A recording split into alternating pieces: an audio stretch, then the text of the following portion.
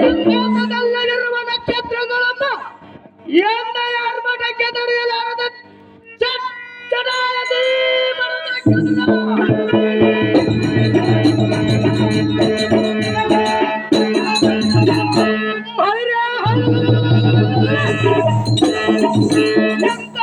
ಪರಾಕ್ರಮನ ಮುಂಭಾಗದಾಳ ನಿಂದ ಮಾತನಾಡಿದವ ನೀನದಾರ ಸೂತ.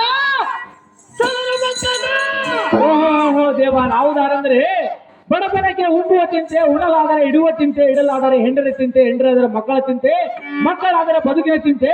ಆ ಬದುಕಿನ ಚಿಂತೆಯಲ್ಲಿ ಬಂದಿರುವ ನನ್ನನ್ನು ಸಾರಥಿ ಎಂದು ಕರೀತಾರಪ್ಪ ದೇವ. ಹೇಳಿಕೊಂಡು ಬರ್ಬೇಕಪ್ಪ ನಾನು ಅಂಕಿತವ. ಬಳಿರ್ಯ ಎಲ್ಲ ಈ ಸಾರಥಿ ಚೆನ್ನಾಗಿ ಕೇಳ. ಈ ವಿಕ್ರಮ ನಾಮ ಹಾಕಿದ್ರೆ ಹೇಳು ದೇವ. ಹಾಗಾದರ ಇದ್ದವ ಚಿತ್ತ ಬಿಟ್ಟು ಕೇಳ.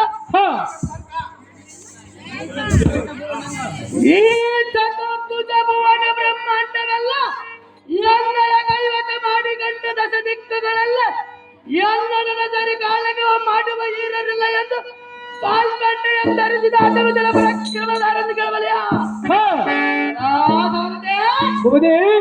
ಹಾಗಾದರೆ ಇದ್ದವ ಚಿತ್ತ ಬಿಟ್ಟು ಕೇಳ.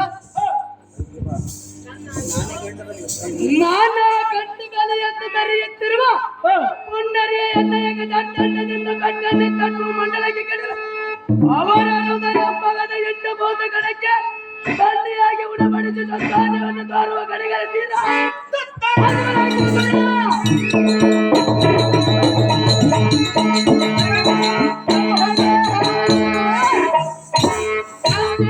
ನಮ್ಮ ಪಟ್ಟಣಕ್ಕೆ ದಟ್ಟದನದಿಂದ ಪಟ್ಟ ತಪ್ಪಿದನಿಗೆ ಮರೆಯುವ ದಿಟ್ಟ ಬಾಣಾಸುರ ಮಹಾರಾಜನನ್ನು ಅಡಿಗಡಿಗೆ ಬಿಡದ ದಯಬೇರಿಯಿಂದ ಹೊರತು ಸಾರದೆ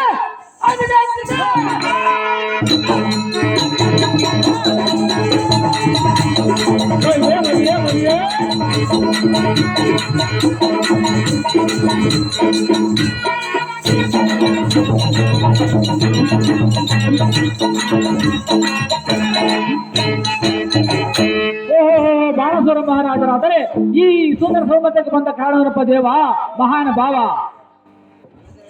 ಮಹಿಳೆಯಲ್ಲ ಸಾರಥಿ ಈ ಶೃಂಗಾರವಾದ ಸಭಾ ಮಂದಿರಕ್ಕೆ ಬಂದ ಕಾರಣವೇನೆಂದರೆ, ಹೌದು ದೇವ, ಈ ಮೂರು ಲೋಕಗಳಲ್ಲೇ ನನಗೆ ಸರಿಸಾಟಿಯಾಗುವ ಈರನಿರಬಹುದೆಂದು ಕೈಲಾಸದಲ್ಲಿ ಇರುವ ಪರಶುವರು ಹೇಳುವ ಕಾರಣ ಕಟ್ಕೊಂಡನವ ಮುಳುಗಿ ಎದ್ದು ಯುದ್ಧದೊಳಗೆ ಅವರ ಬಿಕ್ಕವ ಮುರಿದ